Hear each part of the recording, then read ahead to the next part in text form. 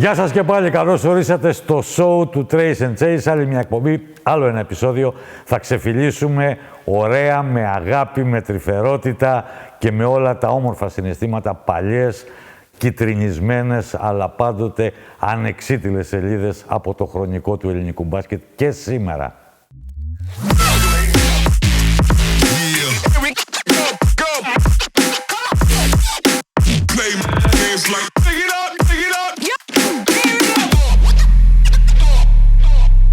Ο Ευθύμης Κιμουρτζόγλου, ο Σωτήρης Σακελαρίου. Καλησπέρα, ευχαριστούμε πάρα πολύ που είστε εδώ. Και εμείς ευχαριστούμε που μας καλέσατε. Για την πρόσκληση.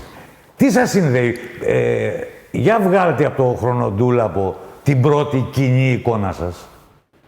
Πρέπει να γυρίσουμε καμιά 40 χρόνια πίσω. Γνωριμία. Αν είναι να μιλάω εγώ, που είμαι πολύ αδύνατος στο να θυμηθώ το παρελθόν, υποθέτω, όχι με βεβαιότητα, ότι εκεί γύρω στο 71 ήμασταν συμπαίκτες. Εγώ πήγα μεταγραφή στον Ηρακλή και ο Σωτήρης μόλις είχε εμφανιστεί στον Ηρακλή ως το ταλέντο, το αστέρι που ήθελε λίγο δουλίτσα για να καθιερωθεί. Αυτό μόνο μπορώ να θυμηθώ, τίποτα περισσότερο. Εσύ Σπόρε, το Σπόρος, ποιος σε κόλλησε, ποιος σε βάφτισε Σπόρο? Αυτό μπορώ να το πω εγώ. Ορίστε. Είδες, έχει τις απαντήσεις. Μετά λέει, παραμύθι φούρναρη που λένε. Όχι, αυτά είναι μερικά. Λέει ότι δεν έχω γερό μνημονικό.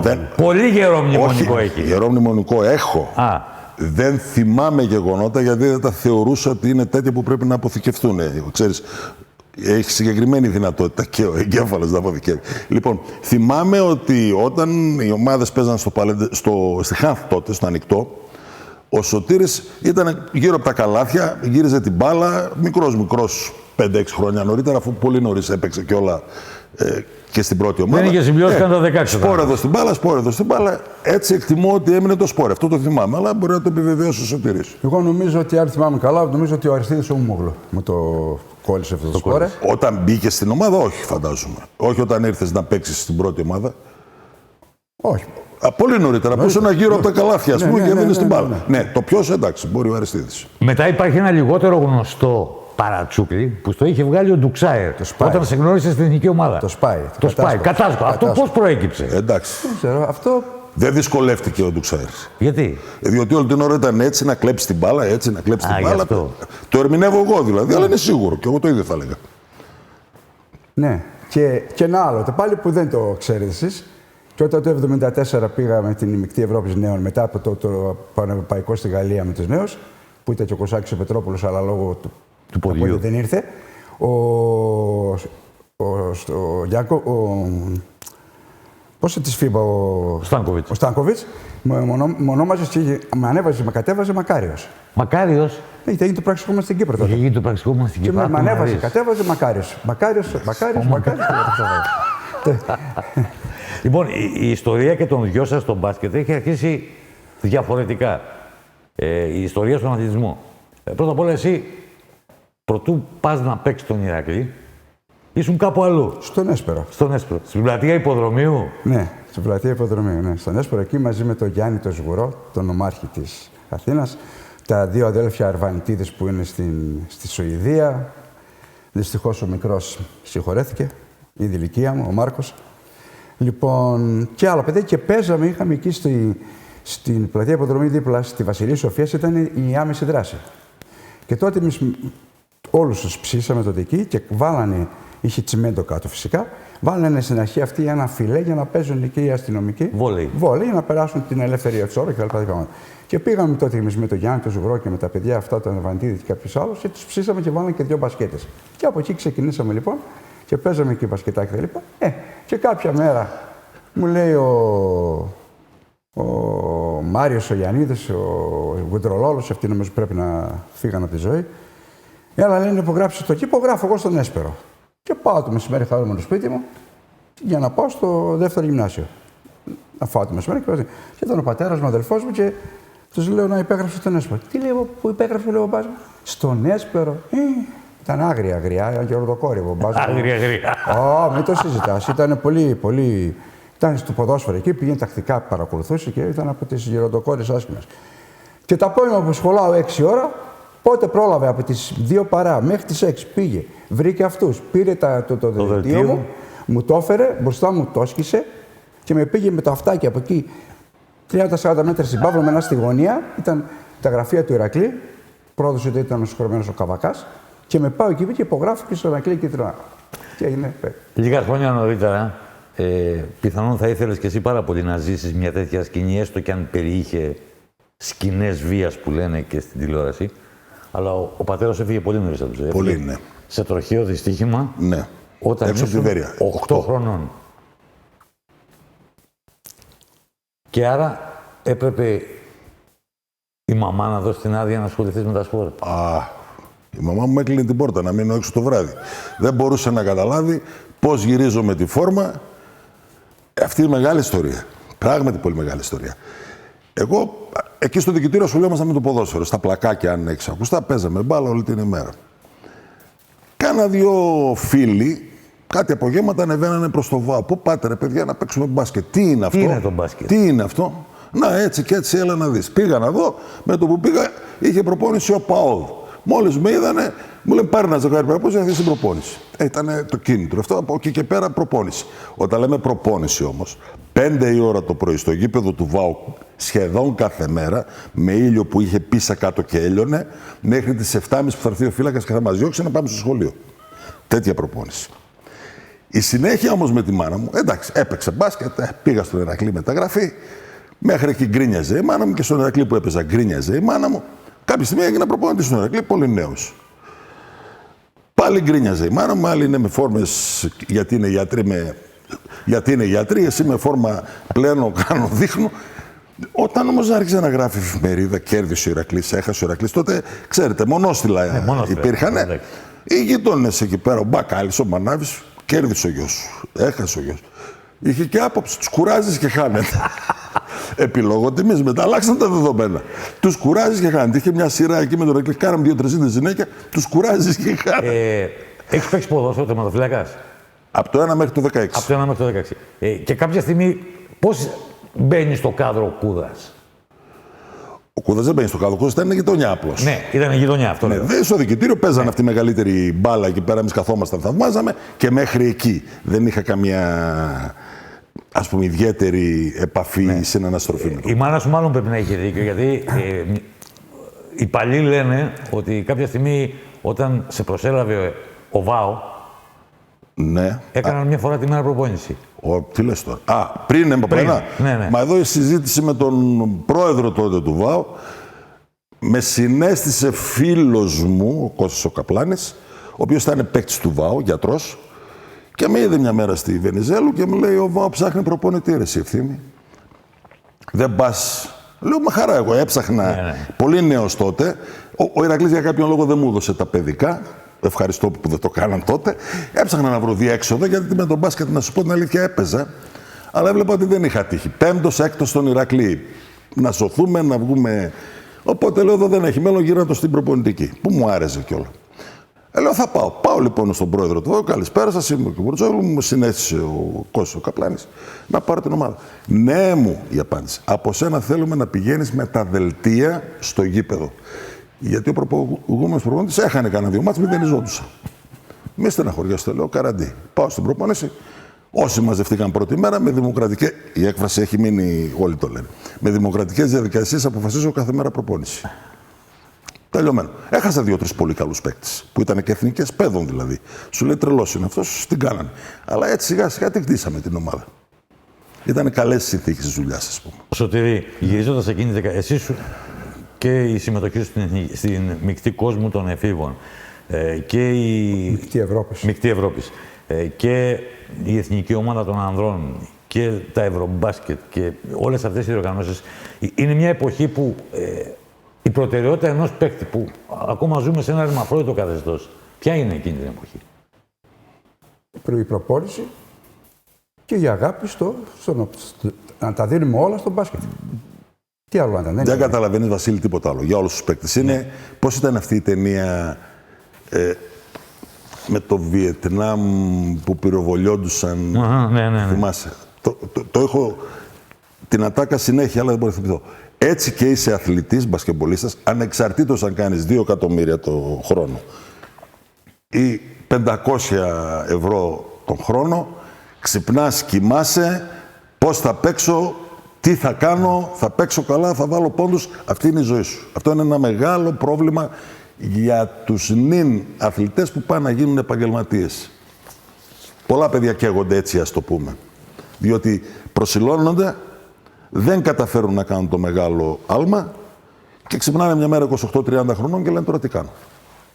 Αυτό είναι ένα πολύ μεγάλο πρόβλημα. Νιώθεις τύψεις που αυτό αφορά και εσένα προσωπικά, ως Σωτήρης Αγγελαρίου και τον Ηρακλή και τον Κιουμουτζόγλου που ήταν τότε προπονητής του Ηρακλή στον τελικό κυπέλλου στις 17 Ιουλίου του 1981 κόντρα στην ΑΕΚ.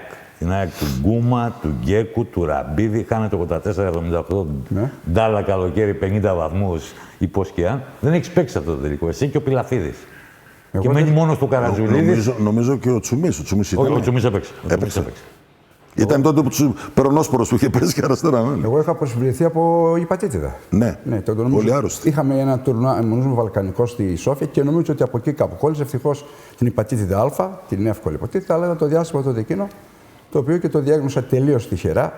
Γιατί μια Πέμπτη, ξέρω εγώ, είχα πυρετό, πήγα στον γιατρό. Σάββατο παίζαμε με τον Παναθηναϊκό.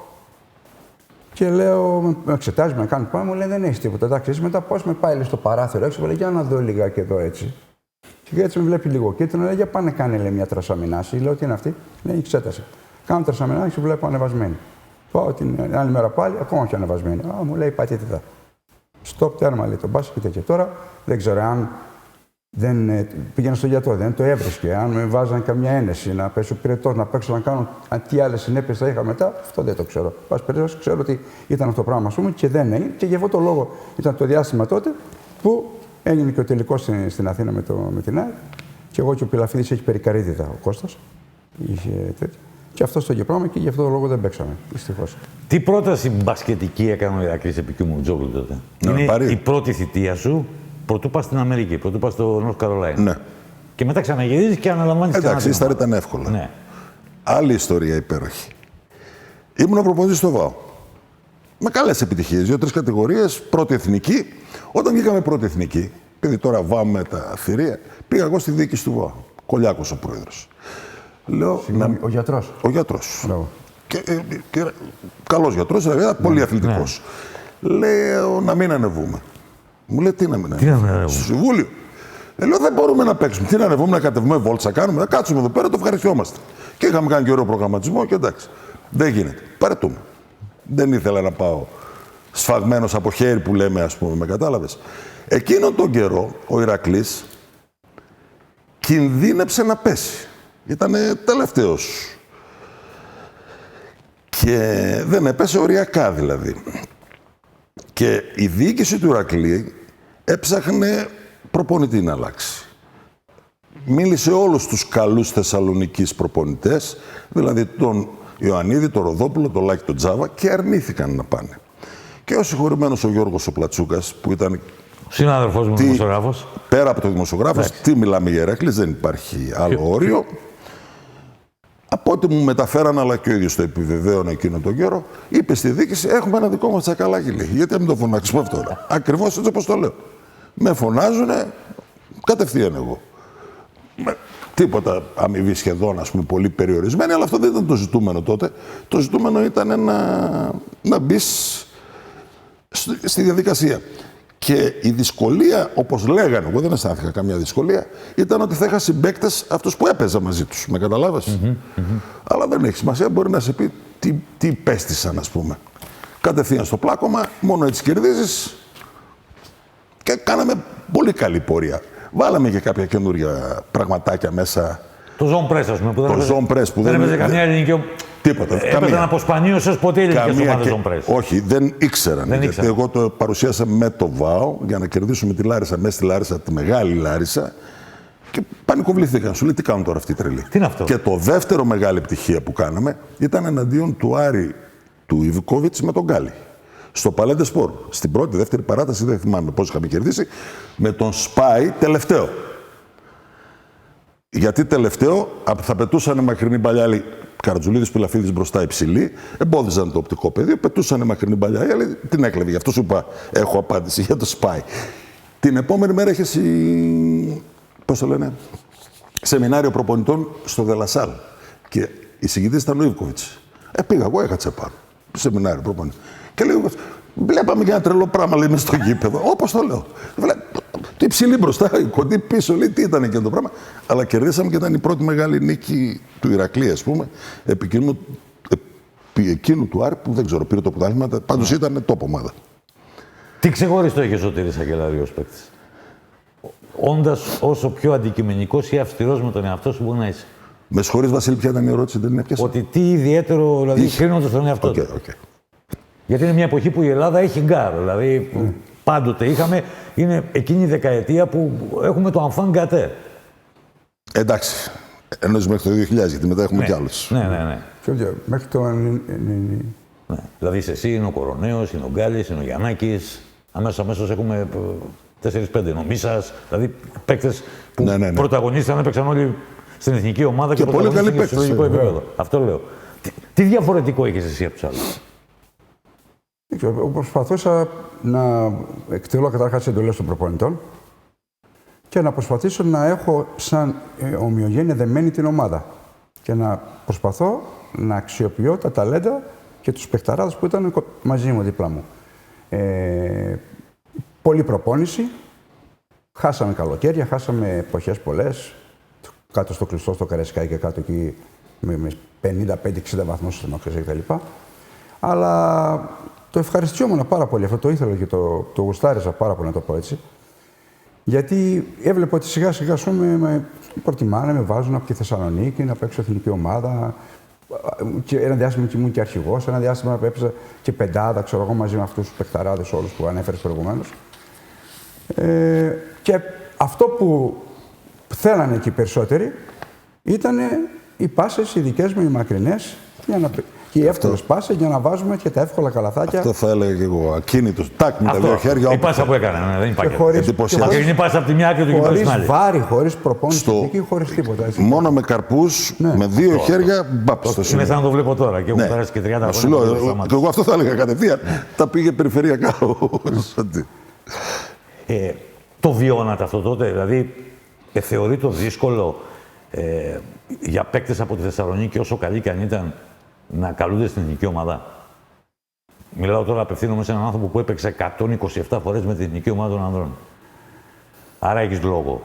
Ναι, εντάξει. Βέβαια, υπήρχε και καλή συνεργασία μεταξύ και του Ρέστα Αγγελίδη τότε που ήταν με τον Βαγγέλη τον Νικητόπουλο. Ναι, ή όποιον ήταν. Και στη συνέχεια μετά και με τον Ντουξαέρ. Μπράβο. Υπήρχε μια αυτή και νομίζω ότι παίξαν αρκετοί από τη Θεσσαλονίκη στις εθνικές ομάδες. Δεν νομίζω να υπήρχε αυτό το οποίο λέγανε ότι η Αθήνα τρώει και κάνει. Εγώ δεν το πολύ πιστεύω το πράγμα. Δεν ξέρω. Προπονητής στην εθνική ομάδα. Ναι. Από το πουθενά. Από το πουθενά. Κυριολεκτικά. Γιατί από το πουθενά?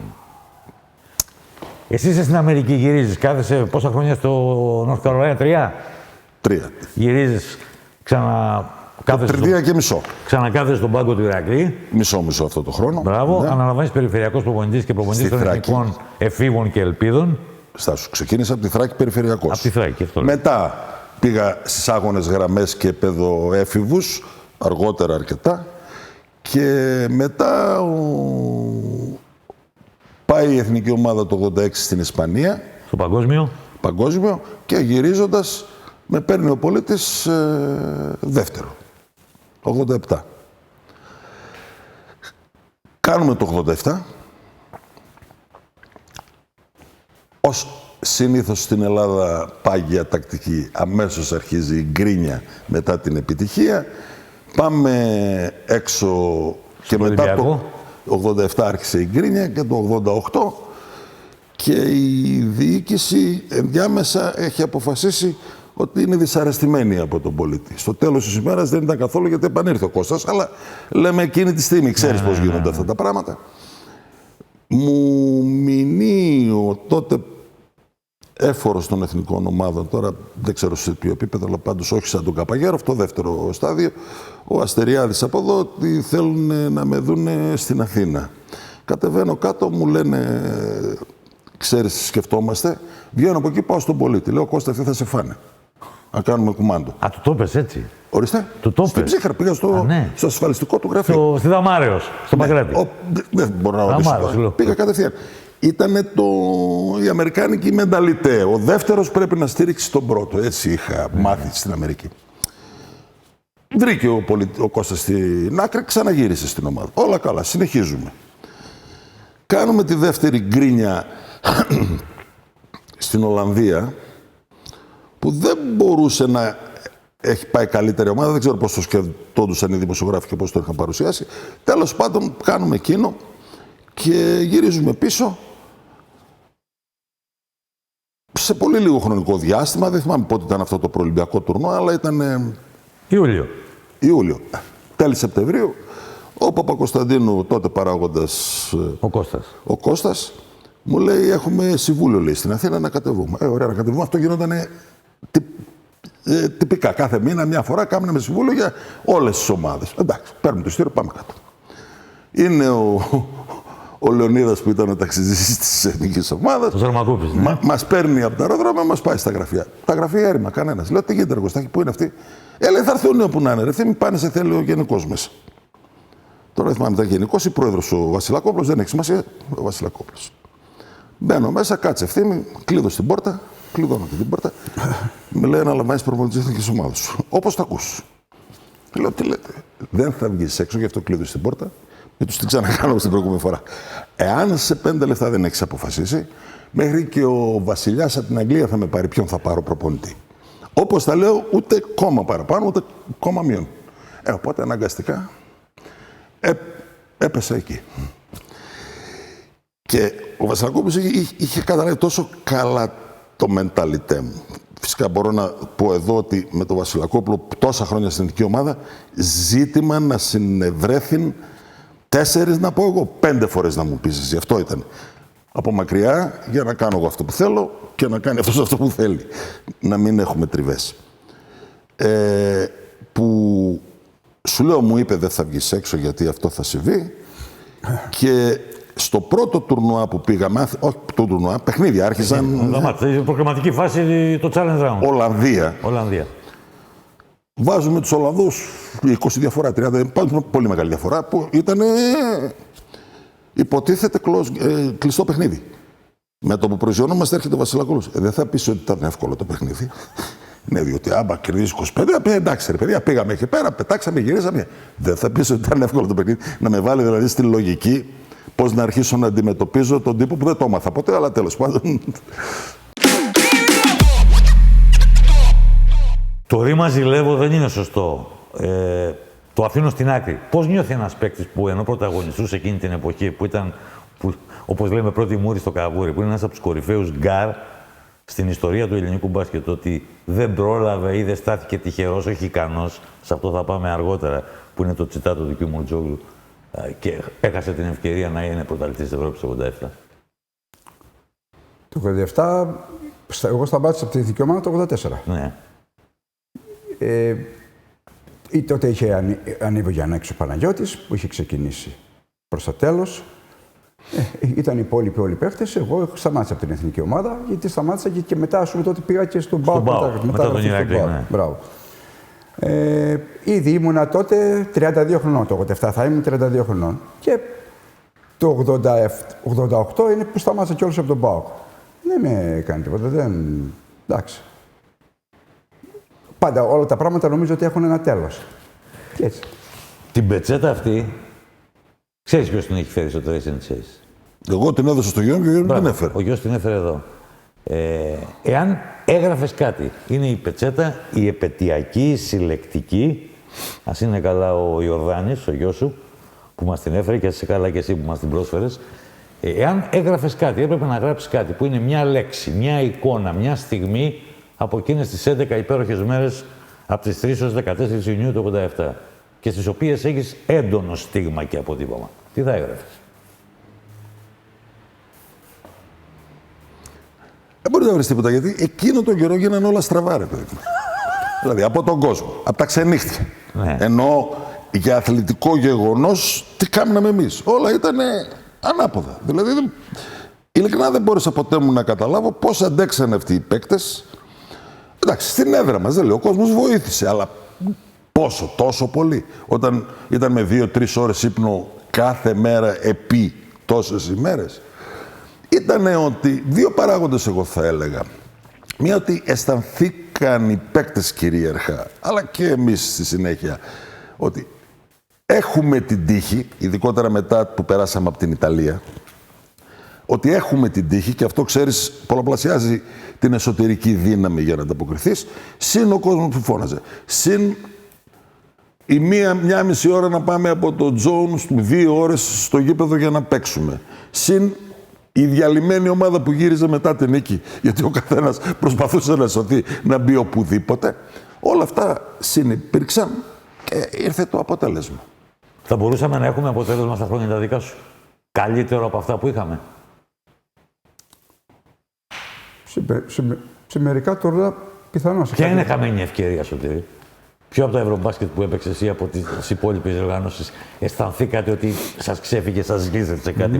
Δεν ξέρω ποιο ήταν με τη Γαλλία, νομίζω που μας έβαλε. Με τη Γαλλία. Ο Σενεγκάλ το καλά. Το 79 στο Τωρίνο. Νομίζω εκεί, από εκείνο το τουρνουά εκείνο, ναι, νομίζω ήταν. Εσύ είσαι παρόν σε μερικές από τις ιστορικότερες στιγμές του ελληνικού μπάσκετ. Στο Ευρωμπάσκετ, κύριε Ευθύμη, θα ξαναγυρίσουμε το 87. Να τις πάρουμε με τη σειρά. Ατυχώς δεν είσαι παρόν στο μεγάλο ρεκόρ του Μούμογλου. Ναι. Έτσι είναι. Ναι. Δηλαδή, εσύ ήσουν. Βεβαίως. Έπαιξε εκείνο το μάτς. 4 πόντους. Πρόλαβα κι εγώ να βάλω. Ξέρεις, είναι σαν εκείνο που έχει πει ο Στέισι Κίνγκ, ήταν ποιος παίξει το NBA. Που λέει, δεν θα ξεχάσω ποτέ τη νύχτα που εγώ και ο Τζόρνταν βάλαμε 70 πόντους. Είναι το βράδυ που έχει βάλει 69 ο Τζόρνταν. Το ίδιο εγώ. Αυτό δεν το ήξερα. Τώρα θα λέω, εγώ και ο Αριστίδης βάλαμε 155 πόντους. Εσύ και ο Μούμογλου βάλατε 147 πόντους. Η Ρίστο Εμπαρόδο ήταν εκπληκτικός παίκτης. Δηλαδή και αυτού την ατυχία που γεννήθηκε και έπαιζε όπως έπαιζε, όποτε ήθελε, ξέρεις, με τις πλάκες του ματά. Απίθανος παιδί. Περνούσε δίπλα σου και νομίζω περνάει η σφαίρα. Σούτερνε από την άκρη του κόσμου, να πούμε. Είχε ένα βηματισμό, άρματα εκείνα, γονάτιζε και κάτω και προσευχόταν όσο η ώρα πετούσε. Όλα τα προλάβαινε. Είμαστε έξω από το Παλέντε Σπορ, στο κηλικείο που μαζευτήκαμε. Εντάξει, τελευταίο παιχνίδι, με βάω τώρα, παιδικό βάω. Μαζευτήκαμε απ' έξω, πιούμε ένα καφέ, να πάμε μέσα να παίξουμε. Και συζητάμε πώς θα γίνει ο Αριστίδης πρώτος σκόρερ του πρωταθλήματος. Ήταν ο Τσάνταλης που ήταν μπροστά. Λέμε να του δώσουμε παραπάνω την μπάλα. Ρε παιδί, να βάλει καμιά 50 για να γίνει πρώτος σκόρερ. Εκεί μπερδεύτηκε το σύστημα. Είπαμε 50, είπαμε 150, δεν το θυμόμασταν. Σέντρε φόρο ο Αριστίδης, την παίρναμε. Εμείς την δίναμε, βάλτε. Και τους λέγαμε και τους άλλους, τρέξτε πιο γρήγορα, δεν περνάει ο χρόνος. Εσύ γιατί δεν έπαιξε εκείνο το μάτι? Γιατί με εθνική ομάδα στην Αθήνα. Ήμουν στο Tropical το ξενοδοχείο τότε που με πήρε τηλέφωνο και μου είπαν ότι έτσι κέρδισε αρχή στο βάκι και έβαλε από μου το παγκόσμιο ρεκόρ. Για να καταλάβω κάτι, ήσουνα στην Αθήνα με εθνική ομάδα. Ναι, και ήταν εφήβολη. Με τον Αρέστον Αγγελίδη. Και τι λογική έχει αυτό, γιατί δεν σου επέτρεψαν να παίξεις το παιχνίδι? Γιατί νομίζω ότι μας μάθαν να φεύγαμε. Κάπου να πήγαμε. Ναι, και ήταν και το παιχνίδι τώρα. Λοιπόν, αυτό είναι 13 Ιουλίου του 1972. 7 χρόνια αργότερα. Με συγχωρείς, 13 Ιουνίου του. 13 Ιουλίου του 1972. Ιουλίου. Okay. Λοιπόν, 7 χρόνια αργότερα είσαι μέλος της ομάδας που έχει πετύχει μια από τις μεγαλύτερες νίκες στην ιστορία του ελληνικού μπάσκετ. Στον τελικό των Μεσογείου. Τους νικήσαμε 2 φορές σε 15 μέρες στους Ιουγκοσλάβους. Βαλκανικό στην Αθήνα. Ναι. Στο ανοιχτό το στάδιο. Στο Καλιμάρμαρο και μετά από 15 μέρες στο τελικό στο σπίτι. Μετάλλια πήρατε. Δεν πήρατε διπλώματα με τα ονόματά σας. Γιατί τα είχαν γράψει το Ιουγκοσλαβία. Είχαν βάλει τέτοιο Ιουγκοσλαβία. Ότι θα βγει πρώτη. Και μετά. Τι να κάνουμε. Δεν πειράζει. Καλό ήταν. Αυτή είναι μια στιγμή. Για μένα η καλύτερη στιγμή ήταν. Εντάξει. Δεν είχα άλλες. Δεν είχα σου με την τότε είχε και αξία το Μεσογειακό. Αυτά που είχαν ο Ευθύμης και τα λοιπά με το Πανεπιστήμιο. Εντάξει. Τότε είχαμε αυτή την επιτυχία αυτό και το Βαλκανικό πιο μπροστά πάλι, λίγο τον Αύγουστο στο Καλιμάρμαρο. Αυτά ήταν. Λοιπόν, αυτό είναι Σεπτέμβριο του 1979. 2 μήνες αργότερα, 2 Δεκεμβρίου του 1979, αρχίζει το πρωτάθλημα της πρώτης εθνικής και είναι το πρώτο μάτι στο Παλέντε Σπορ, στο Αλεξάνδριο, Άρης Ηρακλής. Και είναι ένα ιστορικό μάτς γιατί ντεπουτάρει ο Γκάλης. Ναι. Είναι η πρώτη εμφάνιση του Γκάλη που φορούσε τότε το νούμερο 7 και όχι το νούμερο 6. Και βρίσκει απέναντί του Αγγελέο. Την ξέρετε την ιστορία, πώς τον είχαν. Του είχαν κάνει bullying του Γκάλη. Ναι. Του είχε κάνει ο Αλεξανδρής bullying. Ναι. Και παίξαμε. Ότι θα σε τσακίσει. Στον Ηρακλή παίζει ο καλύτερος playmaker στην Ελλάδα και θα σου αλλάξει τον αδόξα. Αυτά ήταν τα συνηθισμένα του Βαγγέλη κτλ. Εντάξει, έτσι λέγαμε και περισσότερο, μιλούσαμε και κάναμε κτλ. Εντάξει, ήταν ένα καλό μάτσο. Τελικά χάσαμε στο τέλος. Από προσπάθεια που έκανα δικιά μου εγώ και. Έχει κάνει τα παγκέλη. Την έκοψε, ναι. Την ακούμπησε λίγο την μπάλα ο Γκάλης και δεν πήγε στον τελικό στόχο η μπάλα. Και χάσαμε. Τι να κάνουμε, δεν πειράζει. Έχεις αίσθηση εκείνη την ημέρα, επειδή έχεις το προνόμιο να είσαι ο πρώτος παίκτης που τον αντιμετώπισε. Περί τίνος επρόκειτο. Ότι είναι κάτι ξεχωριστό. Ότι έδειξε πάρα πολύ καλά σημεία στον αγώνα που είδαμε εμείς βέβαια. Ήταν λίγο άστοχος εν σχέση με τέπειτα πορεία του Νίκος. Αλλά είχε δείξει πάρα πολλά καλά στοιχεία, τα οποία δεν τα βλέπαμε από κάποιους άλλους που ερχόντουσαν, με υποτίθεται Αμερικανάκια ή Έλληνο-Αμερικανάκια κτλ. Φαινόταν ότι είχε πάρα πολύ καλές κινήσεις, είχε καλό σταμάτημα, είχε σταμάτημα σήκωμα στον αέρα κτλ. Έδειχνε ότι αυτός θα γίνει πολύ καλός παίκτης, όντως. Και νομίζω, αν δεν θυμάμαι καλά, πρέπει να έρθει την προηγούμενη μέρα κιόλας, νομίζω. Όχι, είχε έρθει μερικές μέρες, δεν είχε παίξει. Ο Άρης έπαιζε στην Ευρώπη και είναι η πρεμιέρα του πρωτάθλημα. Ωραία, κρίνοντας τώρα τον Γκάλη, ως προπονητής του, ως αντίπαλός του, ως καθηγητής φυσικής αγωγής. Τι ξεχωριστό έχει ο Γκάλης? Έχει ένα χρόνο αντίδρασης. Δεν μιλάμε τώρα για τη συνέπεια στην προπόνηση. Το πρόβλημα με τον Γκάλη ήταν να έρθει στο γήπεδο και να δηλώσει αρχίζουμε να προπονούμαστε. Ήτανε σούπερ μετά. Και συνέπεια στο ξενοδοχείο, στις αποστολές και όλα αυτά ήταν ακριβώς. Ούτε πολλά, ούτε καθόλου, αλλά απόλυτα συνεπής. Το βγάζουμε έξω αυτό. Η δική μου η κρίση είναι πολλές φορές, το δίδασκα κιόλα λίγο, όσο επέτρεπαν οι συνθήκες στο Πανεπιστήμιο, ότι είχε έναν χρόνο, όχι αντίδρασης, κίνησης, λίγο διαφορετικό από τους άλλους αθλητές. Ήτανε δηλαδή μεταξύ όχι πολύ γρήγορο, όχι πολύ αργό. Τι σημαίνει αυτό? Ότι εσύ που με παρακολουθείς τις κινήσεις μου, εάν είναι πολύ γρήγορο, δεν προλαβαίνεις να δώσεις πρώτη εντολή και να δώσεις δεύτερη. Θα μείνεις στην πρώτη που μπορεί να συμπέσουμε και να με πιάσεις. Αν είναι πολύ αργό, προλαβαίνεις να δώσεις πρώτη εντολή, να δώσεις δεύτερη και να με προλάβεις. Αν είμαι στη μέση, με βρίσκεις στη μέση και ούτε η πρώτη ούτε η δεύτερη και με χάνεις. Εκείνο είναι το σημείο. Συν το χρόνο ως επακόλουθο αυτό που είπα, που έμενε στον αέρα, το περίφημο καλάθι με τους Σοβιετικούς. Με τους Σοβιετικούς που είναι ανάμεσα στους πέντε. Ένας έπεφτε, ο άλλος αυτός ακόμη ήταν εκεί πέρα και το έβαλε. Οι άλλοι πέφτανε και ο Γκάλης ανέβαινε. Μπράβο. Δεν υπάρχει αυτό το πράγμα. Εντάξει. Το ανέβαινε δεν σημαίνει ότι ένας που έχει πολύ μεγάλο επιτόπιο άλμα θα καταφέρει να έχει αυτό το τέμπο που είχε ο Νίκ. Αυτό ήταν το σημαντικότερο. Το δεύτερο σημαντικό, το οποίο βέβαια είναι απόρρια προπόνησης κατά πάσα πιθανότητα, δεν έχει να κάνει με κοιναίσθηση, είναι η πολύ μεγάλη του ευστοχία στους δύο πόντους. Έλεγα λοιπόν πολλές φορές, με λαστιχάκι την έχει δεμένη την μπάλα. Την αμόλωσε, πέφτε μέσα. Και εδώ έχει μείνει και το αμήνυντο ιστορικά που το ξέρεις, γιατί ο προπονητής δίνει την μπάλα όλο στον Γκάλη με το νούμερο 1, την κομπίνα. Το περιβόητο 1, εκεί θα ρωτάω τώρα. Το περιβόητο 1 είναι, το επινοείται μεσούντος το Ευρωμπάσκετ το 87. Μετά το μάτι με τους Ισπανούς. Όχι μετά. Στο μάτι με τους Ισπανούς. Στο μάτι του γυρνάει ο πολίτης. Φύγανε καμιά δεκαριά οι Ισπανοί. Λέει, τι γίνεται τώρα, Θέμη? Λέω, κάτσε να δούμε. Κάνω το χαζό αυτό στο... Αποδείχθηκε δεν ήταν χαζό στο τέλος, αλλά εκείνη την ώρα όλοι χαμηλά πλάγια, ένας επάνω, ή έτσι και τρίποντα. Αισθάνθηκα ότι λειτουργήσε, γιατί δεν έχει μεγάλη σημασία, όπως έλεγε και ο Σμιθ, να μπει η μπάλα, αρκεί να είναι ελεύθερο και σωστό το σουτ. Άρα λοιπόν φάνηκε ότι είχε τη δυνατότητα αυτό να προχωρήσει και προχώρησε. Άρα λοιπόν όταν έχω έναν παίκτη σαν τον Γκάλη, που από την κορυφή έναν και δύο τους έκαμνε ό,τι ήθελε, γιατί να μην του δίνω συνέχεια την μπάλα εκεί πέρα? Έτσι δεν είναι? Δεν είναι πολύ λογικό. Αν δηλαδή έχει αυτός 70% στα σουτ που θα κάνει με την κορυφή, και άμα περάσουμε και στις βολές άλλο πάλι ποσοστό, ποιος είναι εκείνος ο οποίος δεν θα πει πάρε αγόρι μου την μπάλα να τη βάζεις? Θα ξαναγυρίσουμε στο Ευρωμπάσκετ. Τώρα κάνω πάσες, γιατί όταν έχεις και έναν κορυφαίο πασέρο όπως ήταν ο Σπόρος εδώ, τέταρτη μεγάλη στιγμή στην οποία είσαι παρόν, που κι αυτή είναι ιστορική, είναι τα περιβόητα μάτς με τον Τζόρνταν. Με την εθνική ομάδα, Οκτώβριο του 1983 στα Δημήτρια, το ένα μάτς το πρώτο, Ελλάδα-Νορθ Καρολάινα, και συνεχεία στο Sporting.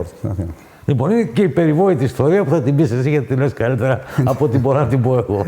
Εντάξει, φαινόταν ας πούμε αυτός εδώ και τώρα θυμάμαι το όνομα, ένας πιο ψηλός αριστερόχειρας. Ο Πέρκινς. Ο Σαν Πέρκινς. Φαινόταν για μένα, ας πούμε, ότι είναι δύο από τους καλύτερους. Ήταν ο Ντόχερτ επίσης, ήταν ο Κένι Σμιθ. 4 επαγγελματίες. Σε έναν εφηδιασμό, πάση περιπτώσει, που πήγαινα και είχε την μπάλα, του δώσανε πάσα τον Τζόρνταν και εγώ πήγα να στηθώ να πάρω, τα είχαμε επιθετικό φάουλ και αυτός άνοιξε τα πόδια από εδώ πέρα και πέρασε από πάνω, τα πλάγια. Και εγώ τα είχαμε, είδα το παπούτσι το κάτω. Και λες ότι φορούσε. Το 13 νούμερο. Αυτό. 13 αμερικάνικο. Πολύ ωραία. Λοιπόν, αυτό είναι Οκτώβριο του 1983. Εσύ τον Μιχαλάκη που λέμε, τον Έλουρο, όπως τον αποκαλεί συχνά ο Παναγιώτης ο Γιαννάκης, που τον αντιμετώπισε όπως και ο Γκάλης και όπως και όλη η εθνική ομάδα στα δύο μάτς, τον έχεις συναντήσει, έχεις κάνει ταλαβέρι μαζί του. Όχι, έχω παίξει κιόλα. Είμαι στο Καρολάινα στην προπόνηση. Πώς το είπαμε, γυμνή ντυμένη. Ναι, ναι, βέβαια. Αυτό τι είναι το γυμνή ντυμένη στην προετοιμασία? Όχι. Οι κανόνες στην Αμερική απαγορεύουν και γι' αυτό ήρθε, αν θυμάσαι, εκείνη την περίοδο του Καρολάινα. Και γι' αυτό έπαιξαν και δύο μάτς μέσα σε μια μέρα. Γιατί δεν επιτρέπεται πριν τις 15 να παίξουν φιλικό παιχνίδι. Βέβαια, στις ομάδες που βγαίνουν στο εξωτερικό παίρνουν 10 μέρες άδεια για να προπονηθούν εκεί, να μην βγουν τελείως ρεζίλοι έξω.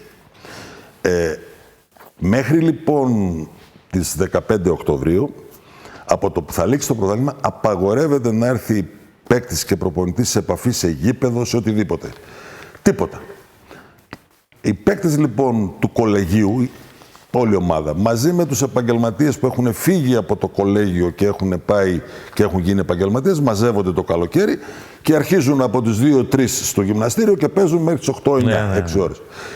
Γίνονται πεντάδες, 3 πεντάδες, 4 πεντάδες και επειδή δεν έχουν ρούχα, γιατί απαγορεύεται να κάνουν και αυτό το πράγμα, οι 5 φοράνε τη φανέλα και οι 5 είναι γυμνοί. Και έχει μείνει το γυμνή ντυμένη. Ο Μιλών λοιπόν που ήταν εκεί κάθε απόγευμα, μια φορά τους έλειπε ένας. Άρα ο coach λέει να μπεις μέσα. Ήμουνα και νέος, μπήκα κι εγώ. Άρα έπαιξα και με τον Τζόρνταν. Ήταν φαινόμενο. Κοίταξε στο Καρολάινα. Δεν έδειξε τις δυνατότητες, τις πραγματικές. Πολύ καλός παίκτης. Εξάλλου πρωτοετής για να παίξει με τον Ντιν Σμιθ ήταν πολύ μεγάλη υπόθεση. Έβαλε και εκείνο το καλάθι που στο τελικό με τον έδωσε πάνω. Αλλά δεν τον επέτρεπε ο Σμιθ να κάνει. Το σύστημα ήταν εκεί. Δηλαδή, έχουν δίκιο αυτοί που λένε ότι ο καλύτερος αμυντικός που εμφανίστηκε ποτέ εναντίον του Μάικ Τζόρνταν είναι ο Ντιν Σμιθ, ο προπονητής του. Υπό την υπερβολή, με υπερβολή. Ίσως όμως να μην έκτιζε αυτό το μπασκετικό χαρακτήρα που έκτισε, υποχρεωμένος να ακολουθήσει τα συστήματα. Και τώρα όταν μιλάμε για Ντιν Σμιθ φυσικά και το έχετε ακουστά και το έχετε, αλλά δεν μιλάει. Ήταν ένα άλλο πράγμα, δηλαδή να δεις Ντόχερτι, Πέρκινς, Τζόρνταν έξω από το γραφείο της δεύτερης γραμματέας του να περιμένουν. Για να συναντήσουν τον Ντιν Σμιθ. Το μεγάλο. Ή να δεις τι γινόταν όταν έμπαινε στην προπόνηση. Έχουν μαζευτεί οι παίκτες, ας πούμε, από τις 2 χοντρικά, 4 είναι η προπόνηση. Βλέπουν τα βίντεο πώς τα έχουν χωριστεί, δένονται, κάνουν τις ασκήσεις τους. Βγαίνουν στις 3,5 μισή ώρα ο κάθε ένας με ειδικό πρόγραμμα για τις αδυναμίες του, να γίνει καλύτερος, με όλους τους βοηθούς μες στο γήπεδο. 4 ώρα εμφανιζόταν ο μεγάλος. Ποδοβολητό γύρω από το κέντρο να σε πιάνει ρίγος, ας πούμε. Αυτό, ξεκινήστε. Δεν είχε, ήταν όλα... Γιατί ο ΠΑΟΚ δεν κατάφερε να πάει ένα τίτλο? Δεν σε ρωτώ για τον Ηρακλή, γιατί αναφέρομαι ιδιαίτερα στον ΠΑΟΚ, γιατί εκεί στο δεύτερο μισό της δεκαετίας του 80 το μπάσκετ έχει αλλάξει, παίζεται στη Θεσσαλονίκη, είναι ο Άρης εναντίον του ΠΑΟΚ και ο ΠΑΟΚ εναντίον του Άρη. Και αρχίζει να χτίζεται η αυτοκρατορία του Άρη. Πώς βίωσες εσύ εκείνη την έντονη αντιπαράθεση και τη βεντέτα των δύο? Κάναμε προσπάθειες πολλές. Και ο σύλλογος τότε και ο πρόεδρος ο Βεζερτζής και τα λοιπά. Έφερε το Τάκη του Κορονά, έφερε τον Γιατζόγλου, πήρε και τον Καρατσουλίδη μετά, την επόμενη χρονιά. Προσπάθησε να κάνουμε, αλλά νομίζω ότι πέσαμε τότε στην, να το πω, αυτοκρατορία του Γκάλη, του Γιαννάκη, του Σούμποτιτς, του Παπαγεωργίου. Και ήταν, εντάξει, ήταν και αυτοί.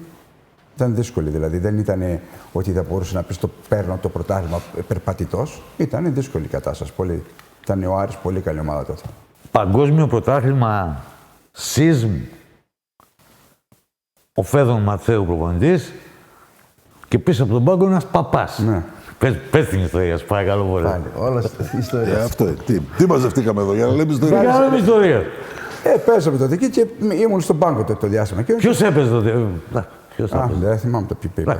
Καλά, κάποιος playmaker άλλος έπαιζε. Ναι. Και μετά φωνάζει ο Πάταρο πίσω, λέει το Σωτήρι, λέει, το Σωτήρι βάλε μέσα. Και σηκώνει το Φέδο, το λέει. Καλά το λέει, δεν μου μιλάς εμένα ο Σωτήρι. Εγώ σου λέω πώς θα κάνεις τη θεία λειτουργία. Σωστό. Το λέει ο Φέδωνας. Ευθύμη, Και όλοι γέλασαν. πόσο coachable ήταν ο Γκάλης? Πόσο? Coachable. Κοίταξε τι είχε σαν νοοτροπία που τώρα την καταλαβαίνω. Εκείνη τη στιγμή δεν νομίζω ότι με ενοχλούσε. Ήθελα να συνεργαστώ πραγματικά. Τον ενδιέφερε να μην χάνει τις φάσεις του. Δηλαδή, έστω ότι εγώ ως προπονητής έλεγα Νίκ, θα περάσεις αυτό το screen, θα περάσεις και το screen, θα βγεις από εκεί, θα πάρεις την μπάλα. 2, 3, 5, 10 φορές ερχόταν coach. Δεν το αλλάζουμε από την άλλη μεριά για να πατάω καλύτερα. Οκ, δεκτό. Έτσι πρέπει να γίνει. Και μία φορά που είχε χαθεί το παιχνίδι, δεν ονομάζω ποιο, αλλά ήταν να βγει πρώτο σκόρερ, λέει coach, δεν κανονίζουμε τίποτα να βγω εγώ τουλάχιστον πρώτο σκόρερ αφού δεν μπορούμε να γυρίσουμε το παιχνίδι. Ναι, να το κανονίσουμε.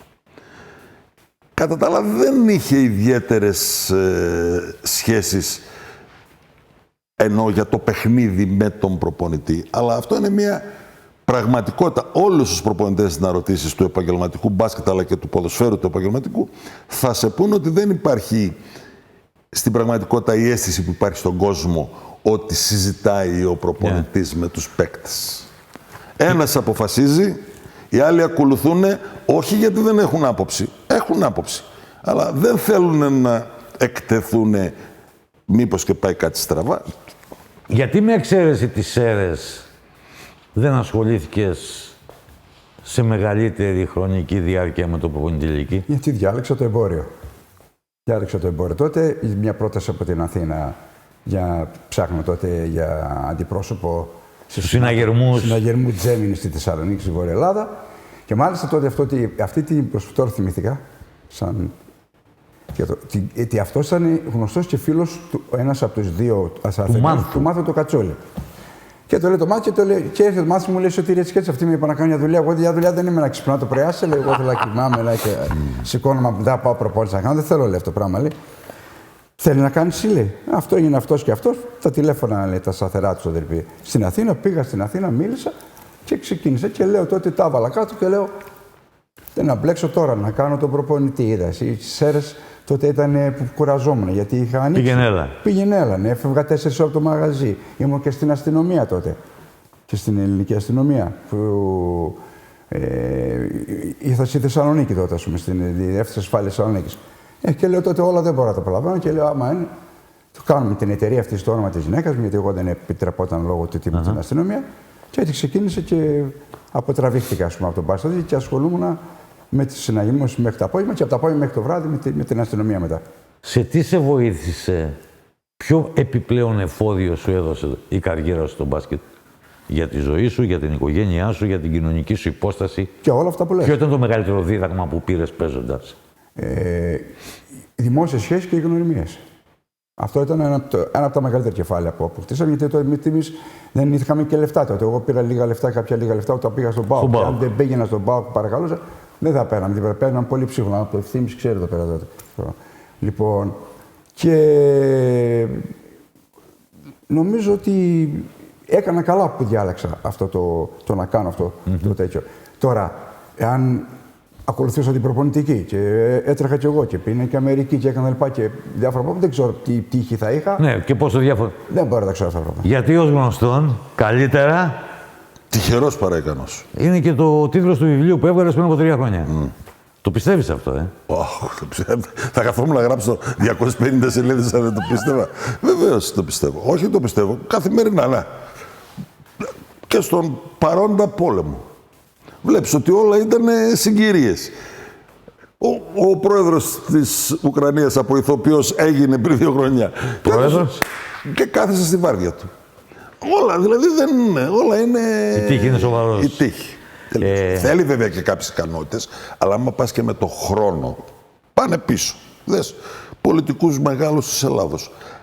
Αν τους σκεφτείς σε άλλη εποχή από εκείνη, θα ήταν έξω. Είναι πολύ σημαντικό. Και δεν είναι τύχη όμως, είναι η ικανότητα του προβλέπει. Ημιτελικός Ευρωμπάσκετ 1987, 12 Ιουνίου. Γλιστράει ο Γκριμπόβιτς. Δεν είναι... Τι προβλέπει αυτό, τι πρόβλεψε ότι θα γλιστρήσει. Όχι, δεν άφησε τον άλλο να πάει να καθαρίσει. Εμένα ρώτησε. Όταν τον είπα μην πας να καθαρίσεις και γύρισα στον πάγκο, λέω δεν μπορώ να πω τη λέξη. Τι έκανες, ρε. Γλιστράει ο Γιαννάκης, με συγχωρείς. Έκανα εγώ λάθος. Γλιστράει ο Γιαννάκης και πάει ο Παπαδόπουλος.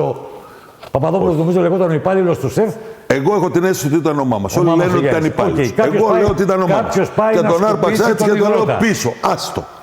Και μου λες εσύ τώρα αυτό ότι δεν ήταν τύχη. Δεν είναι τύχη. Τι λες ρε Βασίλη τώρα. Τι πιθανότητες είχε να γλιστρήσεις κάποιος. Εγώ σου λέω πήγα, έκατσα στον πάγκο. Θα κάνανε επίθεση Σέρβοι. Ναι, κάναμε 13 εκείνη. Στάσου. Εμείς πήγαμε πρώτα και γυρίσανε. Ναι. Ωραία. Από που ξεκινάμε να πάμε, εγώ κάθομαι στον πάγκο και μέχρι να γλιστρήσει ο Γιουγκοσλάβος, βρίζω τον εαυτό μου για την ιδέα που είχα. Και σκεφτόμουν πόσα... Ήλπιζα να μην το είδαν οι άλλοι, που θα το είδανε προφανώς όλος τον πάγκο. Ναι, καταλαβαίνεις. Έτυχε. Και αυτή είναι μια ιστορική συγκυρία, διότι από εκεί πέρα γυρίζει το παιχνίδι. Νικάμε και πηγαίνουμε στο τελικό. Είναι τύχη το τρίποντο του Φάνη όταν πιάσει πρώτος προπονητής στην ελληνική ομάδα στον ημιτελικό του 89. Τώρα θα με βάλεις πάλι στο ίδιο τρυπάκι. Σε αυτό το τρυπάκι σε βάλω, βέβαια. Θα μαρτυρήσεις. Περίμενε. Το απολαμβάνω. Όχι, εντάξει, κάνω λίγο. Ναι. Το περνάω μέσα από αυτό το φίλτρο για να δούμε και μερικές στιγμές. Το απολαμβάνω. Και δικές σου και του Σωτήρη. Ναι. Θεωρητικά είναι λάθος το σουτ. Μπασκετικά, τεχνικά μιλάμε, έτσι. Την πήρε μπαμ και δίνει χρόνο στους άλλους να... Μένουν 50 δευτερόλεπτα. Μπράβο. Δεν έχει νόημα την πετάξει. Είναι λάθος. Χώρια τι είχε προηγηθεί πριν πάρει την πάσα. Έχει πατήσει τη γραμμή ο Γκάλης. Όχι γραμμή. Έχει ένα μέτρο έξω. Και δεν το έχουν δει ιδιαίτερα. Ή το έχουν δει και δεν το έχουν δώσει. Ό,τι θέλεις πάρε. Ναι. Πετάει την μπάλα μέσα, την πυροβολάει ο άλλος. Και κολλάει τρίποντο. Τι ποσοστό είχε φάνει στα τρίποντα εκείνη την ημέρα. Ναι. Λοιπόν. Και δεν είναι μόνο αυτό. Κατεβαίνουν οι άλλοι, αν θυμάμαι καλά, και τρώει ένα κέρμα. Πέτρα. Τι πιθανότητα έχεις εσύ να πετάξεις ένα κέρμα και σε έναν που τρέχει εκείνη τη στιγμή να χτυπήσεις το κεφάλι του. Εγώ νομίζω ότι όλα αυτά έχουν πολύ μεγάλη. Δεν έχει να κάνει με τις ικανότητες. Η ικανότητά μας βέβαια ήταν που το φέραμε το παιχνίδι. Τι λέει αυτό. Και είναι τρομερή νίκη γιατί είχαν και τους Σαμπόνις. Όλη, κομπλέ ομάδα. Είναι η πλήρης ομάδα. Ένωση. Αλλά αυτό είναι μια ικανότητά μας. Που το φέραμε το παιχνίδι εκεί. Αλλά μέχρι εκεί. Από εκεί και πέρα θέλαμε και την τύχη. Ποιος είναι ο αντίπαλος που σου έβγαλε τα σηκώτια, που σε ζόρισε περισσότερο από κάθε άλλο? Ανάμεσα μας είπαμε 2-3 με τους οποίους έπαιξες. Αλλά εντάξει, ας τον Τζόρνταν. Ο Τζόρνταν είναι 2 βράδια. Σε διάρκεια αντίπαλος. Ναι, σε διάρκεια. Με ποιον έλεγες το σκεφτόσουν λίγο παραπάνω από ότι τον αντιμετωπίσεις? Νομίζω, αν θυμάμαι καλά, μένει τον Ισπανό, τον Κορμπαλάν. Τον Κορμπαλάν, Νομίζω ήταν γρήγορος. Πολύ γρήγορος. Ήταν τρομερός. Τρομερός playmaker. Ο Κιουμουτζόγλου τι σόι παίκτης ήταν. Σκάσαμε στο γέλιο. Έχω μια καταγγελία τώρα, να σου πω. Τη συνυπογράφω. Σου λέω κατευθείαν τη συνυπογράφω, δεν υπάρχει. Συμπογράφεις. Ρώτησα τον Τάκη τον Κοροναίο πριν από μερικούς μήνες, λέω ποιος ήταν ο πιο δύσκολος αντίπαλος. Και λέει, δεν ξέρω, λέει, ποιος ήταν ο πιο δύσκολος. Ο πιο βρώμικος ήταν ο Ευθύμης, μου βάζε πλοποδιές. Και δεν ρώτησες και άλλους να στο βεβαιώσουν αυτό. Και γιατί... λέω, παιδί μου, εγώ πίστευα θα μου πεις τον Γκίνη. Ο Γκίνης μου λέει, Παναγία μπροστά στο Κιουμουτζόγλου. Κοίταξε, η πραγματικότητα ποια είναι. Δεν είχα τις δυνατότητες να αντισταθώ σε αυτούς τους παίκτες. Κοροναίο, Γιατζόγλου. Πού να αντισταθώ εγώ. Οπότε έπρεπε να σώσω ό,τι μπορούσα. Ναι, λίγο τραβούσα, λίγο κλωτσούσα, λίγο... Πραγματικά δεν ήμουν καθαρός παίκτης. Χωνόμουν από κάτω, όχι σε βαθμό κακουργήματος, Αλλά λίγο να τον ενοχλήσεις τον άλλον και αυτό είναι σημαντικό. Και μερικές φορές, να σου πω και την αμαρτία μου, το δίδασκα και στην προπόνηση. Α, το δίδασκες. Βεβαίως, σε τι στυλ βέβαια. Όταν σηκώνεται ο άλλος τζάμ σου μπροστά σου, μην πηδάς επάνω, κάνε λίγο έτσι στην κοιλιά του ή το πόδι του. Χάνει την ισόρροπια, χάσει το σούτ. Βέβαια τώρα με τους 3 διαιτητές αυτό δεν μπορεί να περάσει, αλλά στο παρελθόν με τους 2. Εάν ξαναγύριζε ο χρόνος και γυρίζαμε στις 30 Ιουλίου του 1994 στη Ουάσιγκτον, καθοδόν προς το Τορόντο, τι διαφορετικό θα έκανες στην περιβόητη ιστορία με τον Βασούλα? Θα είχα διώξει την προηγούμενη μέρα τον μάνατζερ, που ήταν φίλος μου. Το Χριστόδουλο. Ναι. Τον Οικονομίδη. Ναι. Για ποιο λόγο? Να υπενθυμίσω εδώ πέρα για εκείνους που δεν το θυμούνται, είναι η περιβόητη ιστορία ή εγώ ή αυτός. Έχεις μια πολύ επιτυχημένη καριέρα στην εθνική ομάδα ως πρώτος προπονητής από το 89, από το 88 μέχρι το 94 και την παραμονή της αναχώρησης για να πάμε στο Τορόντο και να παίξουμε το παγκόσμιο πρωτάθλημα δίνοντας φιλικά μάτς με τους επιλέκτους στο Georgetown. Δεν δίνεις άδεια σε Βασούλα να πάει στο Μανχάταν. Δεν είναι ακριβώς έτσι. Το λέτε, το γράφετε Ναι. και φίλοι μου δημοσιογράφοι, τέλος πάντων που τους συμπαθώ γιατί είναι αξιοπρεπείς, κάνουν τα λάθη. Να ανοίξω μια παρέθεση γιατί το χρησιμοποιήσω ο Βασιλακόπουλος όταν προσπαθήσει να με ψήσει να μην μπω στο αεροπλάνο να φύγω. Δεν έχεις παίξει ποτέ στην Ελλάδα, λέει. Τώρα που έχουμε το πανευρωπαϊκό, φεύγεις. Την επόμενη χρονιά είχαμε το πανευρωπαϊκό. Μπράβο. Ισχυρό επιχείρημα για κάποιον που θέλει να είναι προπονητής. Το διατάφτα. Δεν είχε ενημερώσει κανέναν ο Παναγιώτης ότι Θα φεύγει. θα φύγω ή θα λείψω. Είχες δώσει ρεπό όμως. Όχι. Αυτό λέω ότι θα μπορούσα. Αν δηλαδή, γιατί με τον Χριστόδουλο θα άλλαζα. Αν είχε την εμπειρία που σε όλα τα άλλα ήταν υπέροχος σε αυτά, ο Χριστόδουλος, θα ερχόταν, γιατί ο μάνατζερ που γυρίζει στα δωμάτια ακούει τους παίκτες. Ακούει τι γίνεται. Ναι. Θα ερχόταν και θα έλεγε, «Κότς, ο ψηλός θα την κάνει κανένα διήμερο». Είχε τραβήξει όλες τις προπόνησεις εκείνο τον καιρό, ήμασταν όλη η ομάδα εκεί πέρα. Ο προπονητής θα έλεγε 5 παίκτες που δεν παίξανε πάρα πολύ προπόνηση, οι άλλοι 4 ελεύθερο. Και θα ήμασταν τακτοποιημένοι. Δεν έγινε αυτό. Πάμε στο παιχνίδι. Δεν μπορώ να το θυμηθώ, αλλά βάζω στοίχημα ότι ήσουν παρόν. Α, μπράβο. Εγώ δεν θυμάμαι ποιοι ήταν εκεί. Έρχεται ο Παναγιώτης και λέει: «Άντε, γεια σας, παιδιά, μετά τη λήξη του παιχνιδιού, άντε, γεια σας, παιδιά, θα σας δώσω το αεροπλάνο». Ανάσκελα εγώ. Ο καθένας δεν θα έπεφτε ανάσκελα. Δεν είχε γίνει μια πιο προεργασία. Να το συζητήσουμε, σε αντίθεση με τον Γκάλι στο παρελθόν. Ήθελε μια μέρα να μην κάνει προπόνηση. Το ψιλοκυκλοφόρησε, ερχόταν στα αυτιά μου.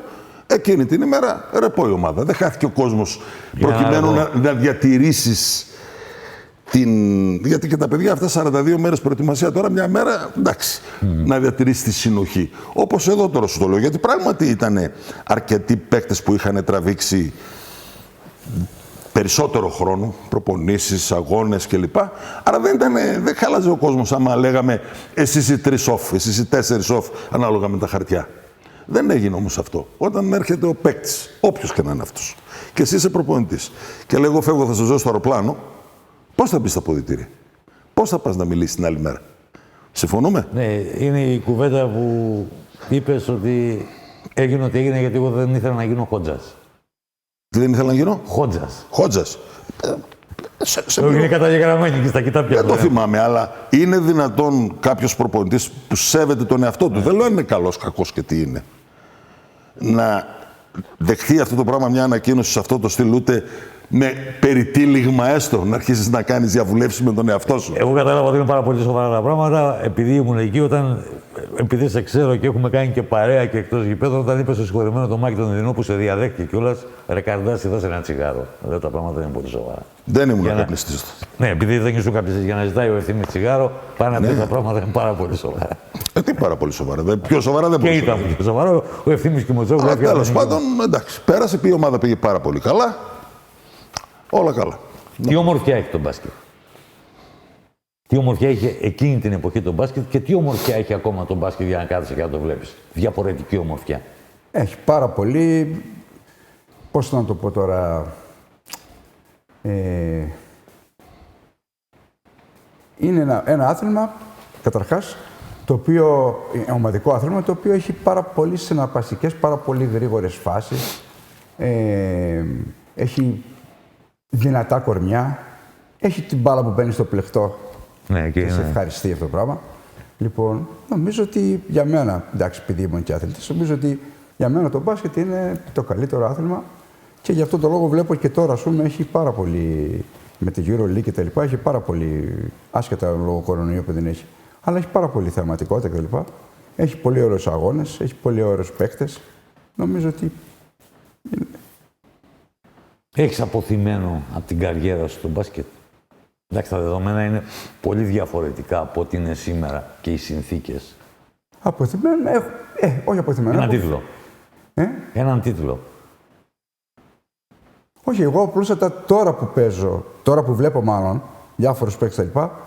Λέω ότι υπήρξαμε διάφοροι παίκτες, εγώ και κάποιοι άλλοι, οι οποίοι σε λάθος εποχή, τώρα θα μπορούσαμε να είμαστε πάρα πολύ σε σχέση με διάφορους παίκτες, οι οποίοι, εντάξει, και στην EuroLeague αλλά και στο ελληνικό πρωτάθλημα, εντάξει, απολαμβάνουν διάφορα πράγματα, τα οποία εμείς δεν μπορούσαμε να απολαμβάνουμε τότε.